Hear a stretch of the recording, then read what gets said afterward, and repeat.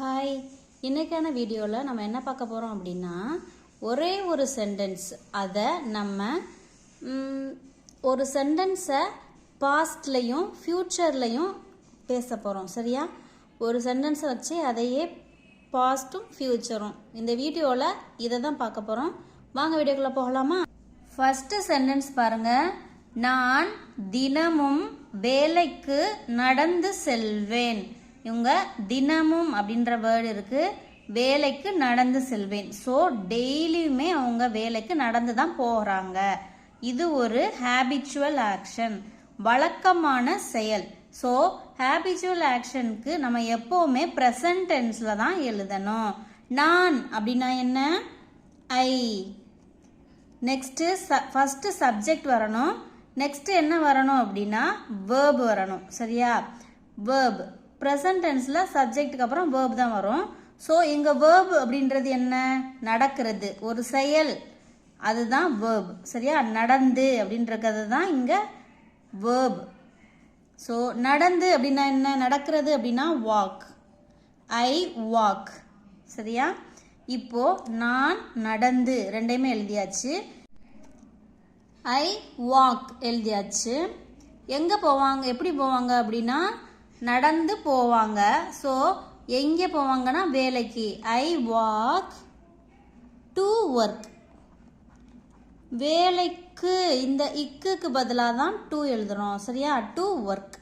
I walk to work. தினமும் அப்படின்னா everyday. So ஒரு சென்டென்ஸை ப்ரெசன்ட் டென்ஸில் எழுதணும்னா I walk to work everyday. இதே சென்டென்ஸை நம்ம இப்போ பாஸ்ட்லையும் ஃப்யூச்சர்லையும் எழுத போகிறோம். நான் தினமும் வேலைக்கு நடந்து செல்வேன் அப்படின்றத இப்போ நம்ம பாஸ்டில் எப்படி எழுதுவோம்? நான் நேற்று வேலைக்கு நடந்து சென்றேன் அப்படி தானே எழுதுவோம். இப்போ நான் நேற்று வேலைக்கு நடந்து சென்றேன். பாஸ்டில் எழுதியாச்சு. பாஸ்டில் எப்படி எழுதியிருக்கோம்? நேற்று. நேற்று அப்படின்ற வேர்டை சேர்த்துருக்கோம். வேலைக்கு சென்றேன். ஸோ நேற்று சென்றேன் ரெண்டுமே பாஸ்ட்டுக்கான ஒரு சென்டென்ஸை கண்டுபிடிக்கிற க்ளூ. சரியா? இப்போ அதே மாதிரி தான் இதை பாஸ்டில் இங்கிலீஷில் எப்படி டிரான்ஸ்லேட் பண்ணலாம்? நான் ஐ நடந்து சென்றேன் அப்படின்னு இருக்கு. ஸோ நடந்து சென்றேன் அப்படின்னா பாஸ்ட். வாக்கோட பாஸ்ட் என்ன? வாக்டு. ஐ வாக்டு. வேலைக்கு அப்படின்ற போது டு ஒர்க். எஸ்டர்டே நேற்று அப்படின்னா என்ன? Yesterday. So I walked to work yesterday. நான் நேற்று வேலைக்கு சென்றேன் அப்படின்னா ஐ வாக்டு டு ஒர்க் எஸ்டர்டே. இப்போ இதையே ஃபியூச்சரில் எப்படி எழுதுவோம்? நான் நாளைக்கு வேலைக்கு நடந்து போவேன், இல்லைன்னா நடந்து போகிறேன் அப்படி தானே எழுதுவோம் ஃபியூச்சரில். நான் நாளை வேலைக்கு நடந்து போகிறேன் ஃப்யூச்சரில் எழுதியாச்சு. இப்போது நான் அப்படின்னா ஐ. ஐ ஃப்யூச்சர்னால will walk. Will plus base form. சரியா? I will walk to work. நாளை அப்படின்னு சொல்லும் போது tomorrow. I will walk to work tomorrow. Next one, அவள் காலையில் காஃபி குடிக்கிறாள். இது ஒரு வழக்கமான செயல். இதையும் நம்ம என்ன சொல்ல போகிறோம் அப்படின்னா ப்ரெசன்ட் டென்ஸில் எழுத போகிறோம். சி அவள் குடிக்கிறாள் அப்படின்னா ட்ரிங்க்ஸ். சப்ஜெக்ட்டுக்கு அப்புறம் நம்ம வேர்ப் எழுதுகிறோம். வேர்புக்கு பக்கத்தில் இங்கே எஸ் எதுக்கு வந்திருக்கு அப்படின்னா இங்கே சி, ஹீ, சி, இட் இதெல்லாம் வந்தால் வேர்புக்கு பக்கத்தில் கண்டிப்பாக எஸ் வரும் ப்ரெசன்ட் டென்ஸில். சரியா? C drinks. என்ன குடிக்கிறாங்க? Coffee. So C drinks coffee காலையில் அப்படின்னா இன் the morning.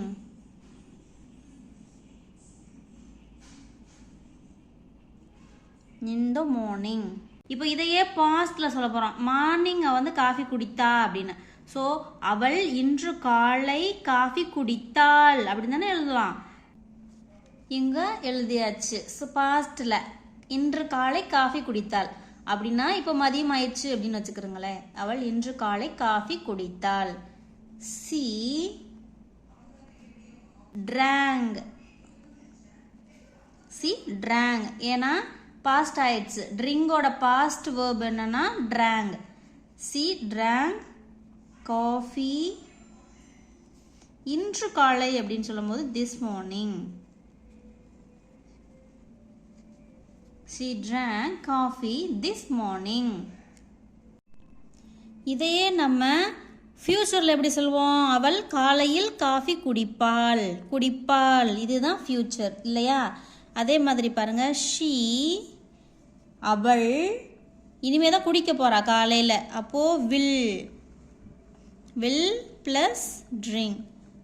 She will drink coffee in the morning.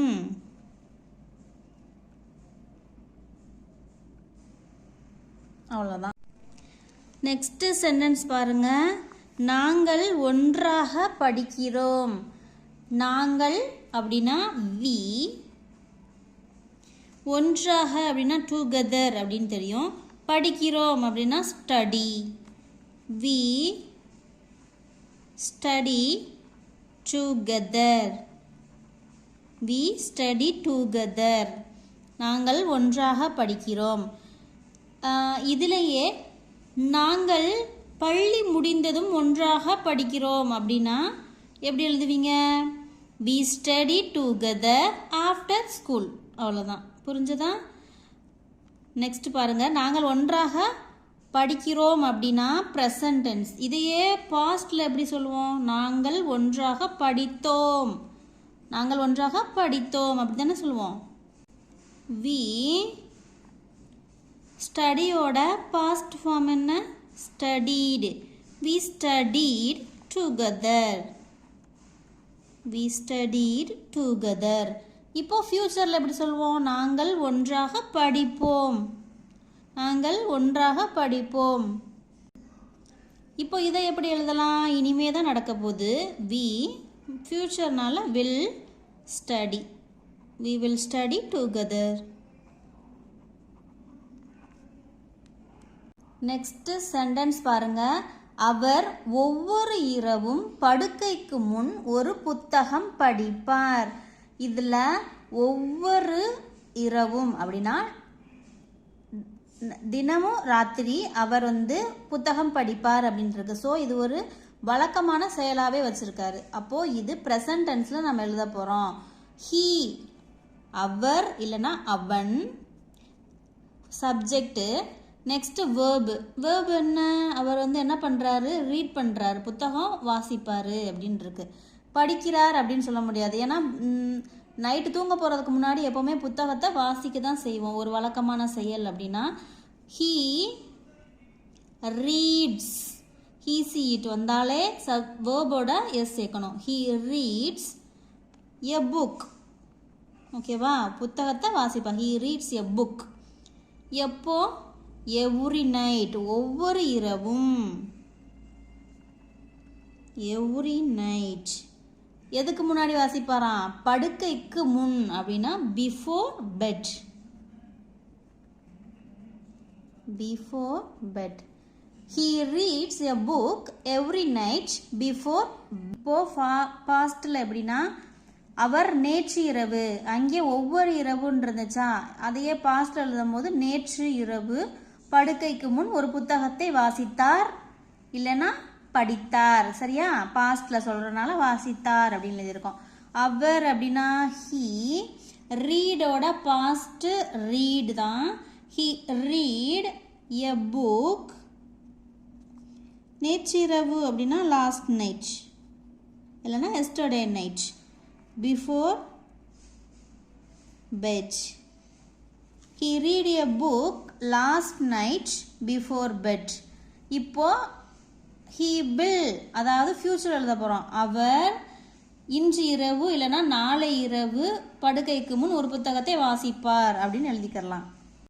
அவர் இன்றிரவு படுக்கைக்கு முன் ஒரு புத்தகம் வாசிப்பார். ஃபியூச்சர். சரியா? இன்னைக்கு ராத்திரி வர்றதுக்கு முன்னாடி அவர் அதாவது இன்று இரவு படுக்கைக்கு முன்னாடி அவர் ஒரு புத்தகத்தை வாசிப்பார் அப்படின்னு எழுதியிருக்கேன். இதே மாதிரி நீங்கள் அவர் நாளை இரவு படுக்கைக்கு முன் ஒரு புத்தகம் வாசிப்பார் அப்படின்னு கூட எழுதிக்கிறலாம். He will read a book tonight before bed. ஓகேவா? இதோட இந்த லெசன் ஸ்டாப் ஆயிடுச்சு. இந்த வீடியோ பிடிச்சிருந்தா மறக்காமல் லைக் பண்ணிவிட்டு ஷேர் பண்ணிவிட்டு சப்ஸ்கிரைப் பண்ணுங்கள். இன்னைக்கான ஹோம்ஒர்க் உங்களுக்கு என்னென்னா அவர்கள் பெரிய அலுவலகத்தில் வேலை செய்கிறார்கள். இது ப்ரெசன்ட் டென்ஸில் இருக்குது. இதையே பாஸ்ட் டென்ஸ்லையும் ஃப்யூச்சர் டென்ஸ்லையும் சென்டென்ஸ் மேக் பண்ணி எழுதுங்க. மறக்காமல் கமெண்ட் பண்ணுங்கள். தேங்க்யூ.